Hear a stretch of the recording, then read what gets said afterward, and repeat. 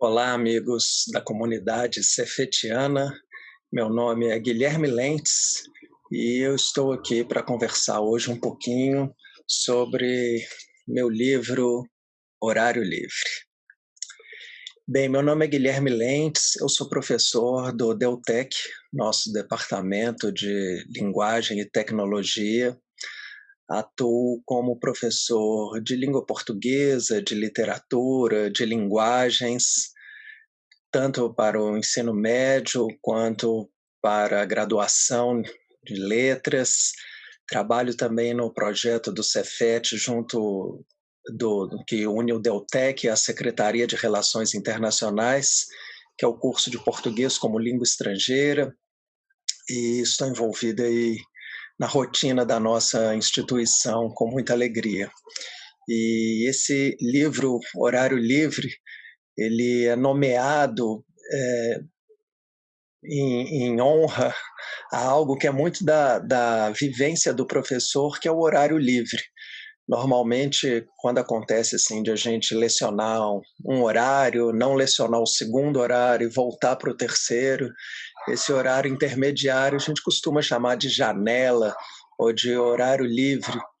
E são tempos nossos, às vezes de descanso, às vezes de estudo, às vezes de preparação, às vezes de partilha com um colega que esteja ali na sala dos professores, naquele mesmo horário. E é pensando nessa experiência que eu nomeei esse meu livro, Horário Livre. Bem, o Horário Livre, ele tem um pouquinho de tudo. É um livro, assim, acho que eu posso dizer que de lazer. Ele reúne crônicas, reúne contos, poemas, tem alguns depoimentos, textos mais reflexivos. Às vezes ele pende um pouco para o humor, às vezes ele pende um pouco assim para o incômodo, em alguns momentos ele pende assim para a singeleza.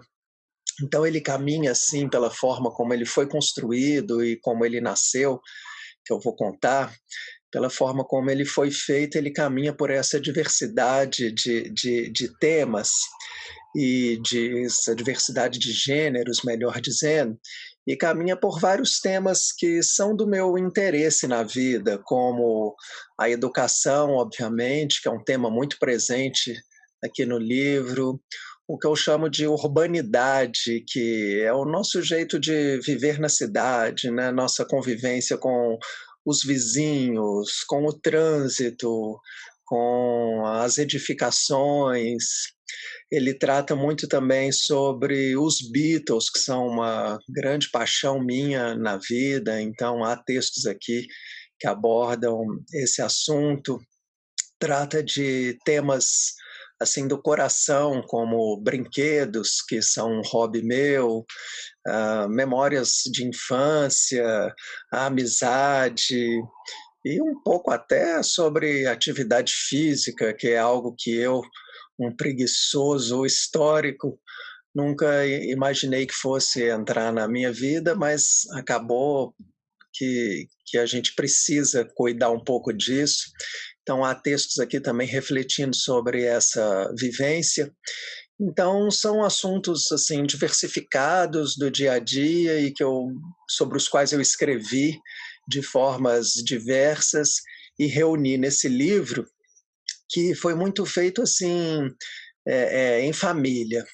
Eu tinha esses textos que eu gostaria de concretizar na forma de um livro, e para conseguir realizar esse projeto, eu contei com a ajuda, primeiramente, da minha esposa, que é designer gráfico e trabalha com publicações, com editoração, e ela que deu forma para mim, né, ao livro, e fez toda a gestão editorial, todo o trâmite com gráfica, com registro na Biblioteca Nacional, ISBN, todos os processos de diagramação, enfim, toda a parte aí da gestão do livro foi feita por ela, Carolina Lentz, seu escritório Gíria Design.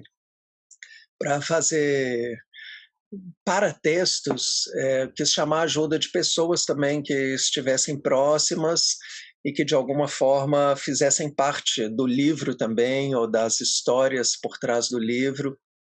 Então convidei aqui para fazer a capa meu filho mais novo, o Lucas, que apesar de muito jovem, é um desenhista assim de raro talento, e ele captou brilhantemente assim o espírito do livro, o espírito de alguns dos textos, e sintetizou nessa linda imagem do personagem aí deitado nas montanhas, cuja fonte está aqui dentro também em um texto de que eu gosto muito, chamado O Gigante da Serra, e que o Lucas aqui capturou para ser a capa do livro.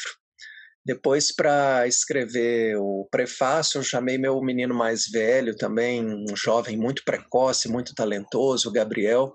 Escreveu um texto lindo para o prefácio, em que ele reflete sobre a experiência de ser personagem, já que ele é personagem de vários dos textos, e a partir daí sobre o que existe por trás da criação e como ela se relaciona com a realidade.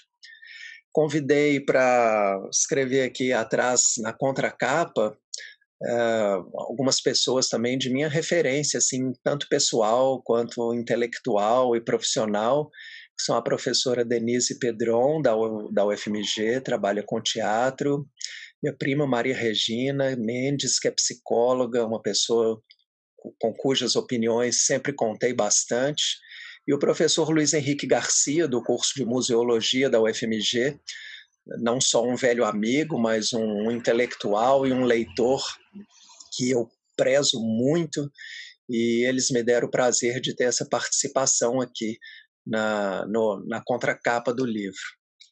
Para fazer a orelha, convidei a professora Graça Seta, uma velha colega de trabalho com quem eu trabalhei lado a lado durante muitos anos na rede particular, nas aulas de português e de literatura. Depois ela foi minha coordenadora durante muitos anos, e também uma pessoa do coração, de competência profissional inexpressável, e por quem eu tenho um carinho enorme, e não podia ser outra pessoa assim para me dar essa honra, né, de escrever a orelha do meu livro. Finalmente, fiz aqui um retrato da outra orelha, que eu convidei minha mãe, a Neuza Lentz, que é artista plástica, uma artista complexa de várias vertentes, mas especialmente exímia nos retratos. Então ela fez essa bonita imagem para mim, e assim a gente completou o corpus do livro, né? A matéria-prima, um trabalho assim de família, de amizade, de equipe, e só por isso eu já fico muito feliz de ter trazido essa obra à luz e ter concretizado esse projeto. Bem, como nasceu o Horário Livre? Em grande parte, o Horário Livre é fruto de um blog. Eu tive durante muitos anos, do início dos anos 2000 até o final da segunda década, 2018, 2019, mais ou menos, eu tive um blog, ele se chamava Blog do Lentz. Nasceu com muita resistência da minha parte, porque eu sou de uma geração que viu a internet ao alvorecer, e naquele tempo se fazia a homepage, que talvez depois seja o que a gente tenha passado a chamar de site pessoal. Quando o blog surgiu, eu tive assim muita resistência àquele formato, me parecia algo descartável, algo muito frívolo, muito rápido, muito sem planejamento, mas acabei criando o blog do Lentz, e durante 15 anos, talvez um pouco mais, ele se tornou um veículo até importante para esses momentos de horário livre. Então ali eu escrevi um pouco sobre tudo, assuntos do meu interesse, resenhas de CDs, de filmes, de livros, pequenas histórias, desabafos, comentários sobre brinquedos, e era um espaço assim do que algumas pessoas chamam um pouco de higiene mental, o blog do Lentz. As pessoas paravam, comentavam, tinha uma troca de que eu gostava muito também, fiz alguns amigos através do blog do Lentes, e foi uma experiência que eu posso dizer que tenha sido positiva, de manter esse blog. Aconteceu que, com o passar dos anos, ele foi perdendo um pouco o espaço na vida. Quer dizer, esses já eram mesmo anos muito intensos na vida, de qualquer forma, com filho pequeno, trabalho em várias escolas, o ritmo ali cada vez mais intimidador para esse tipo de espaço criativo, que eu comecei a ver um pouco como uma trincheira de resistência da pessoalidade nossa.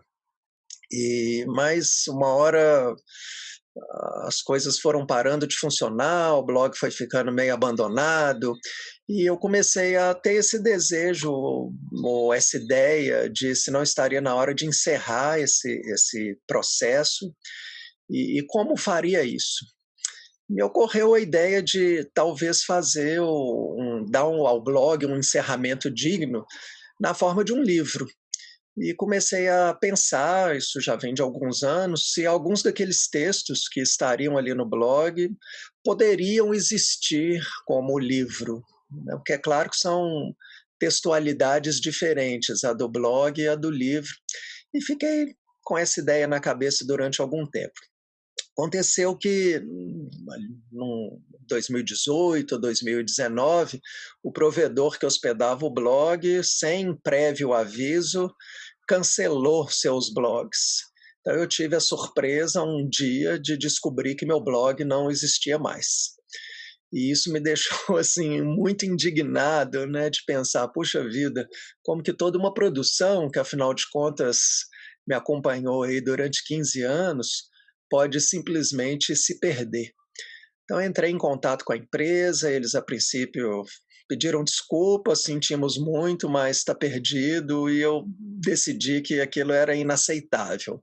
Ameacei, falei que eu ia processar e estava mesmo decidido a fazer isso, e com muito custo eles conseguiram resgatar um backup completamente desformatado para a leitura.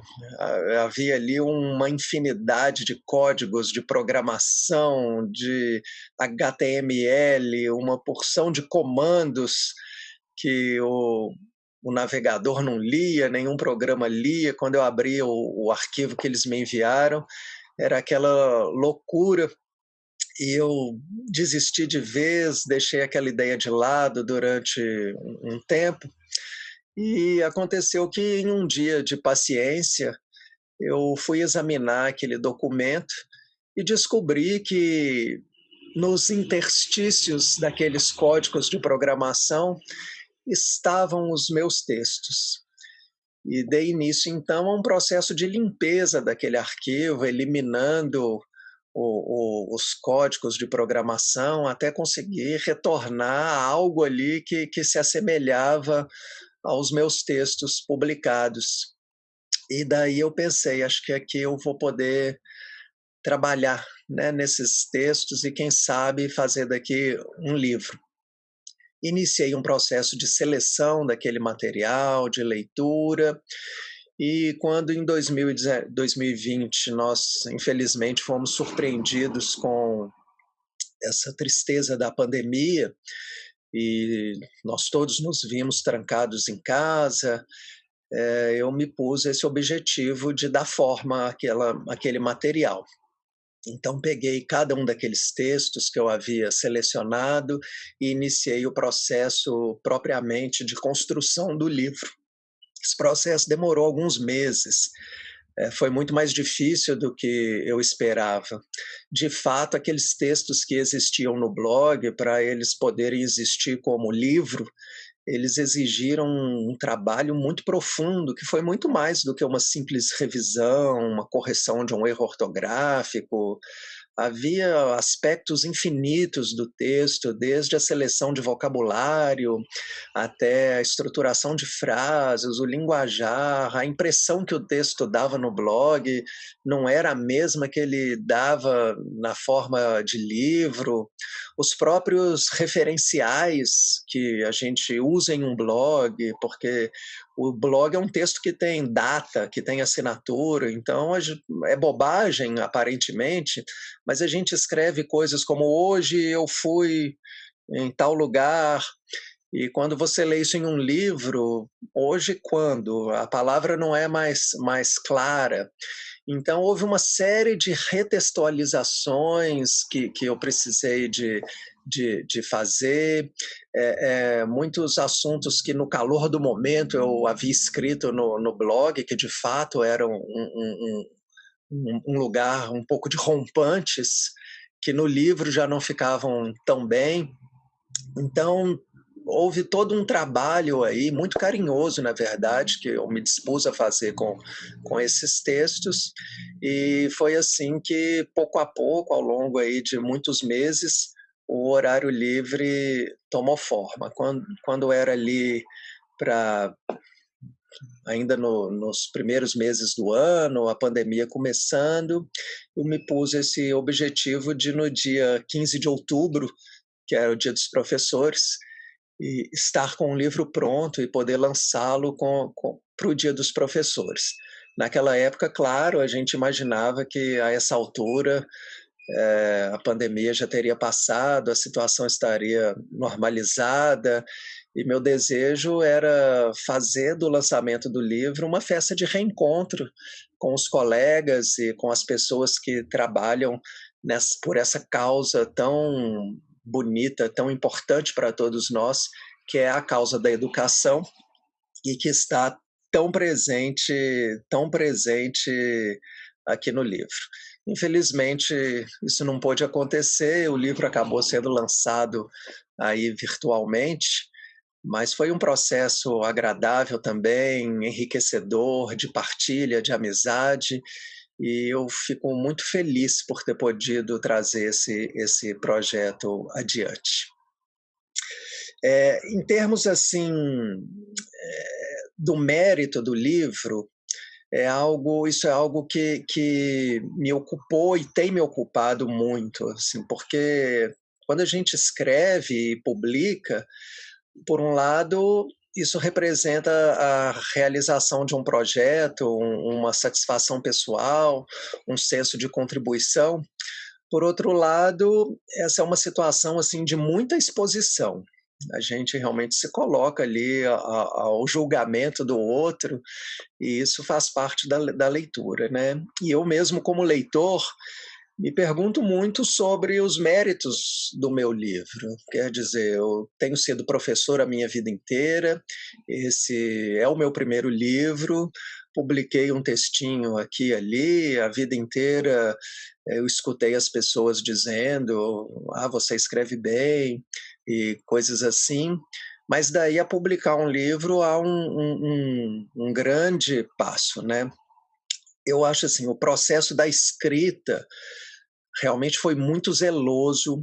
Eu apliquei aqui na feitura desses textos toda uma visão sobre escrita que eu venho desenvolvendo ao longo de toda a vida, seja como leitor, seja como professor, seja como revisor de textos.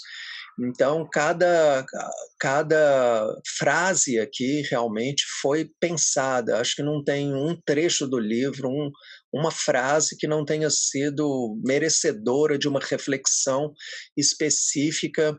Há muitos detalhes que possivelmente nem vão chamar a atenção do leitor, e acho que o objetivo é até um pouco esse também, porque nem todo trabalho tem que aparecer, né? Muitas vezes o mérito da escrita está justamente no trabalho não aparecer.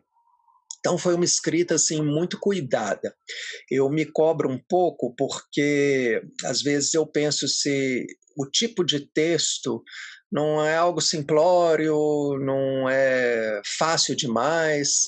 Nós que lidamos aí com o universo da intelectualidade, a gente às vezes desconfia um pouco disso, mas eu acho que esse zelo, assim, que eu sei que foi colocado aqui na escrita, é o que eu sinto, assim, que me resguarda um pouco como autor. Eu não tenho pretensão, assim, a ser um descobridor de vivências, a ter um olhar agudo que cava a realidade, que revela as nuances invisíveis, como um grande escritor faz, né, como um Machado faz, como um Guimarães Rosa faz.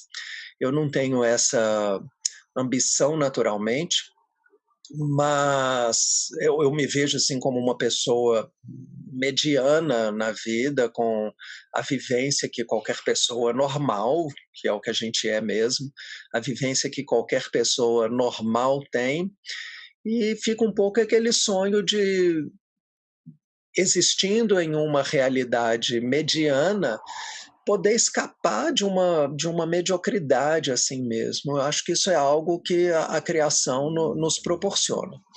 Então, uma via assim que eu adotei para tentar esse caminho é essa do zelo com a escrita. Claro que há algumas dificuldades, né, na gestação e criação de um livro. Uma primeira dificuldade assim que eu citaria seria justamente a prática, a questão do custo.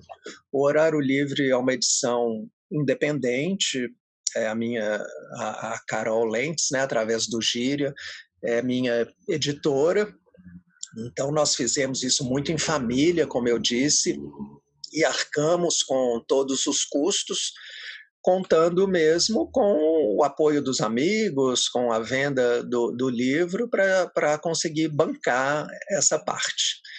Então, acho que essa é a maior preocupação, porque são processos que não são assim muito baratos, né? O fato de a minha esposa ser a minha designer, claro que ajudou a viabilizar esse projeto, mas eu acho que essa é a principal dificuldade, e eu imagino que muitos escritores independentes lidem justamente com esse problema, né? E depois comercializar o livro, distribuir, cuidar de etapas que não são da nossa rotina e exigem um know-how que muitas vezes nós não temos. Pensar numa quantidade, quantos livros eu posso imprimir, 100, 300, 500, o que é realista. Então, todas essas demandas são um obstáculo realmente, e acho que é algo assim a se pensar num futuro livro, e algo sobre o que todo mundo que resolve publicar independentemente certamente deve pensar também. Do ponto de vista do conteúdo, as dificuldades que surgiram, eu me preocupei muito com o que eu falo assim, que é a questão da pessoalidade. Quer dizer, muitos textos têm um cunho autobiográfico, a maior parte é escrita em primeira pessoa.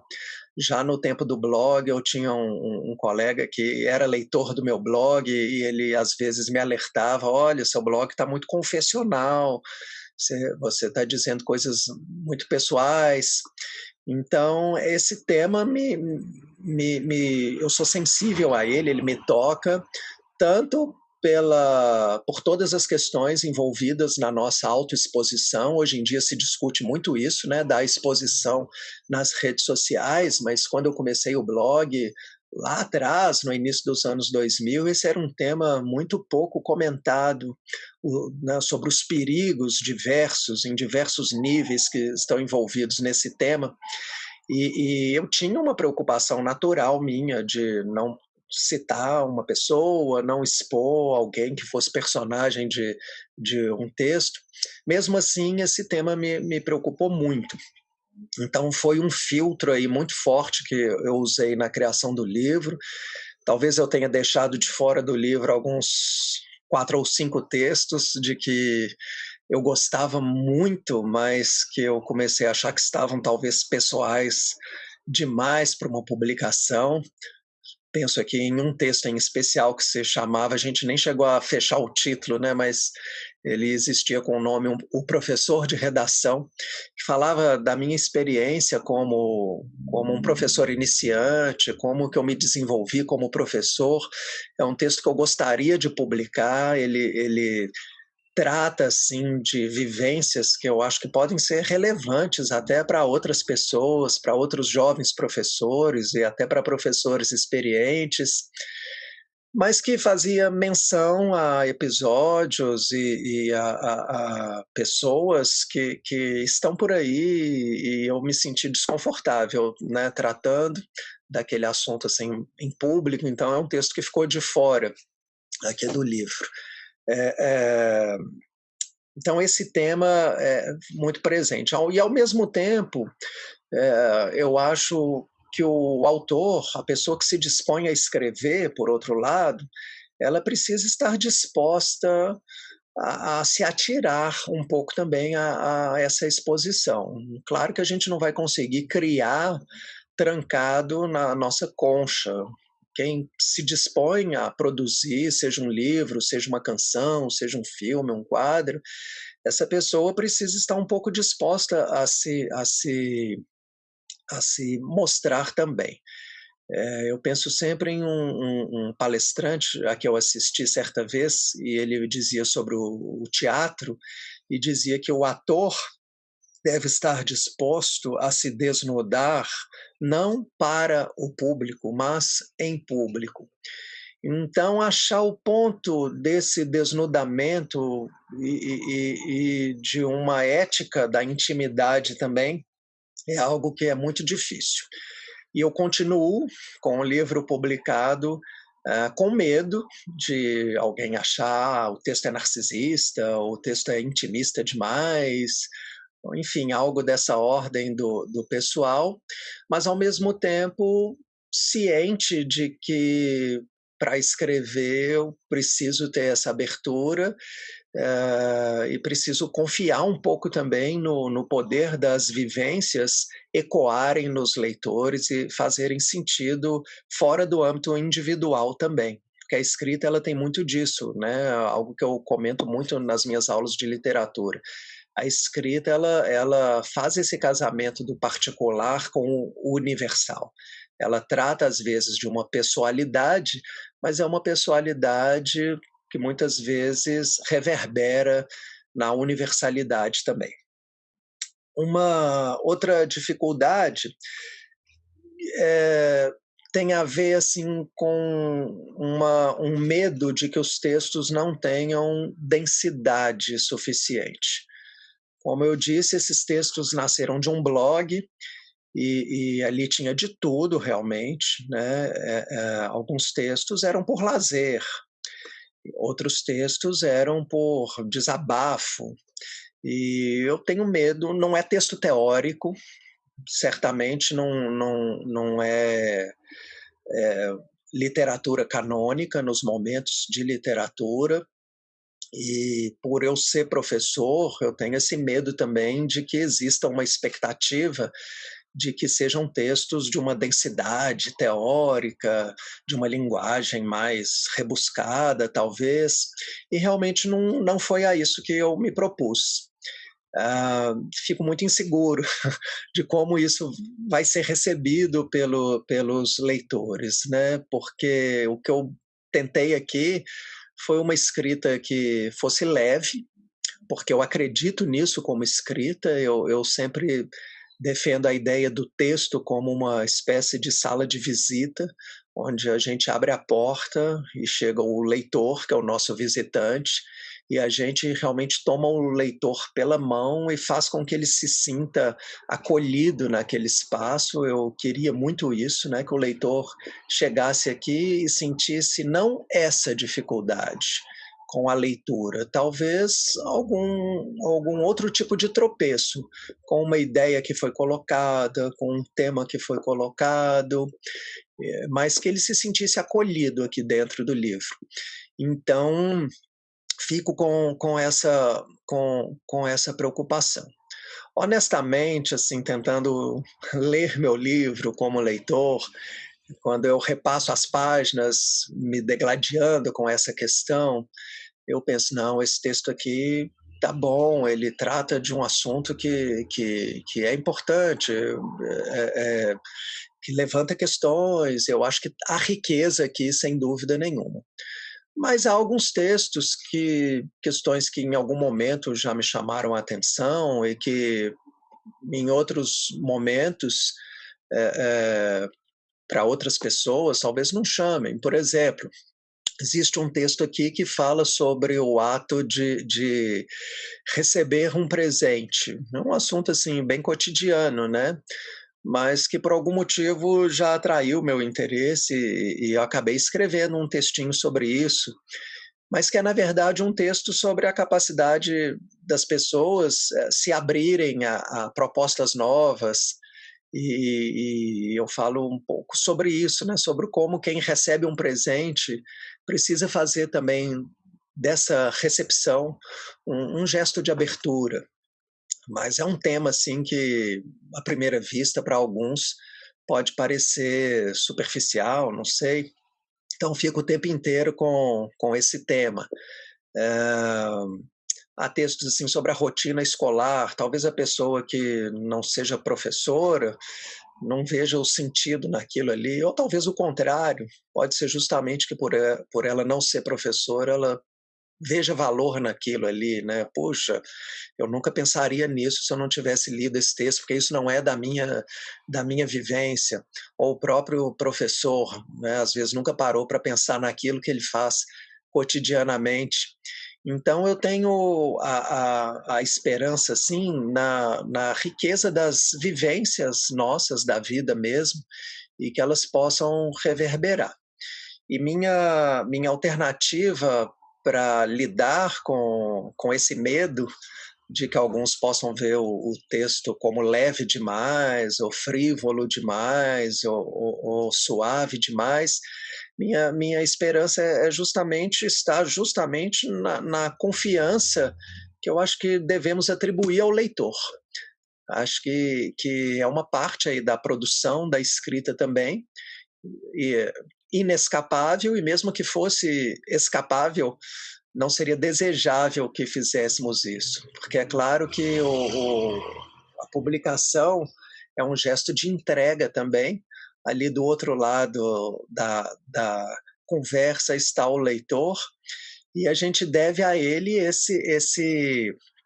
essa confiança, né, na capacidade dele de desvendar sentidos, de fazer suas intervenções também, e é nisso que eu confio. Bom, nesse sentido, quando eu penso no leitor, em primeiro lugar, é um sentimento, assim, me sinto extremamente honrado, com a ideia de um leitor se interessar pelo meu livro, de percorrer as minhas páginas, de se debruçar. É é é um pensamento, assim, muito tocante, né. Eu não sei se vai acontecer, se está acontecendo, tem aí pouco várias dezenas de livros circulando, algumas pessoas lendo, dando retornos positivos, mas eu fico me perguntando se alguém grifa uma passagem, se alguém seleciona um trecho, se alguém escolhe um texto. Então essa ideia do texto ser lido, ela em primeiro lugar realmente me enche de uma honra mesmo, acho que é um privilégio que o leitor se debruce sobre o texto. Em segundo lugar, vem o gosto, assim, da partilha. Sem dúvida é uma ideia do livro, que ele seja uma mesa ao redor da qual a gente possa se assentar e falar desses assuntos, falar desses textos. Acho que esse é um pouco o objetivo da escrita. E, por fim, a esperança na comunicação, a esperança nessa reverberação. Muitos textos aqui tratam dessa vivência, às vezes um pouco solitária do professor, porque o professor entra na sala de aula e diferentemente de outros profissionais que estão na sua estação de trabalho, mas podem tomar um café, atender um telefone, trocar uma ideia com um colega. O professor entra na sala de aula e não tem nada disso, né, apesar de ser um espaço de muita partilha e de muita comunicação também, mas em certo sentido, a gente fica solitário ali na sala de aula também, né, apesar de estar rodeado de companhias maravilhosas, mas são companhias com as quais algumas inquietações a gente não pode conversar. Então, existe um pouco no livro essa experiência de uma certa solidão da sala de aula, e que está presente em outras vivências aqui também, né, porque é a solidão da corrida, porque existe o texto que fala da corrida, é a solidão do brinquedo, porque existe o texto falando sobre o brincar sozinho, é a solidão do, do amor, de que tanta gente fala. Então, existe um pouco a esperança de que possamos conversar também sobre todos esses assuntos a partir desses textos aqui. Então é isso. Esse é o Horário Livre, um livro produzido com muito carinho, e que é fruto de uma vivência ampla aí no universo da educação e das letras. Eu não falei no início, porque não é a questão central aqui no livro, mas em termos de formação, eu tenho a graduação em Letras com licenciatura em Língua Portuguesa e Suas Literaturas pela Faculdade de Letras da UFMG. Lá na Letras da UFMG eu fiz meu mestrado e meu doutorado, ambos em Teoria da Literatura e Literatura Comparada. Sempre trabalhei com aproximações entre produção poética musical, a juventude e história. Então, meu mestrado foi sobre o John Lennon no contexto da sua época, o doutorado foi sobre o heavy metal brasileiro nos anos 80, mas me dedico a muitos outros interesses também, porque a sala de aula nos propicia isso, e então venho nessa vivência muito produtiva aí com a sala de aula, e como não poderia deixar de ser, muito disso transpareceu aqui no Horário Livre. Agradeço muito a atenção, a oportunidade de conversar aqui sobre o livro, e espero, em alguma oportunidade futura, que a gente tenha outras oportunidades, assim, né, em momentos futuros, que a gente tenha outras oportunidades para conversar sobre o horário livre, sobre a escrita e as várias questões que perpassam esse universo. Obrigado.